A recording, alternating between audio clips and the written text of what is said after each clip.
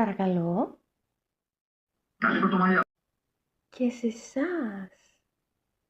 Φαντάζομαι λάβατε το email μου, έτσι. Θα τα πούμε καιρό και δεν έπρεπε. Πιστεύω ότι έπρεπε να είχα βγει.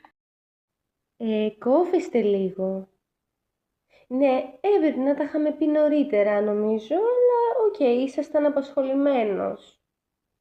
Αυτό ήταν λάθος, γιατί είμαι σίγουρος ότι έχετε ακούσει πολλά, ότι έχετε πολλές απορίες, ότι αισθανθήκατε κάποια στιγμή την ανάγκη να πείτε καλά τι γίνεται εδώ πέρα.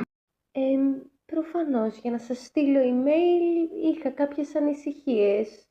Φαντάζομαι τις διαβάσατε, αλλά τι έχετε να πείτε για όλα αυτά εσείς, τελικά, έστω και μετά από 2,5 χρόνια.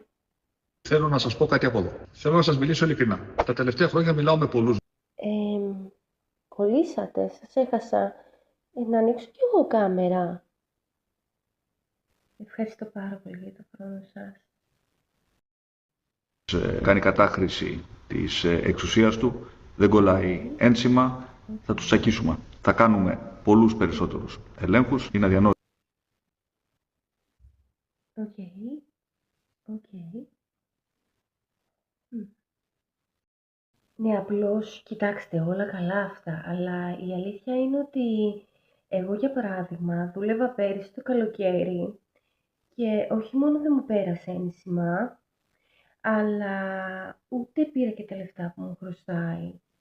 Δεν πήρα επίδομα ανεργίας, δεν πήρα το επίδομα αδείας, δεν πήρα δώρο Χριστουγέννων. Πολλά από αυτά που έπρεπε να πάρω δεν τα πήρα. Εσείς τι έχετε να μου πείτε γι' αυτό?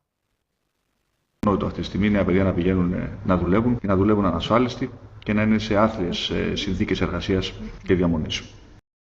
Ναι, απλώς, κοιτάξτε, όλα καλά αυτά. Θα τους τσακίσουμε.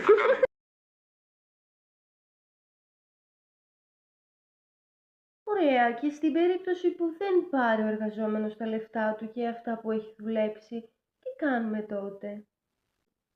Μπορείτε να απομακρυνθείτε λίγο από την κάμερα, είστε πάρα πολύ κοντά. Εντάξει, καλέ, δεν σας είπα να αλλάξετε και δωμάτιο. Ψηφιακή κάρτα εργασίας. Θα θυμόστε μας. Θα σας είμαι ειλικρινής, εννοείται και είμαι θυμωμένη.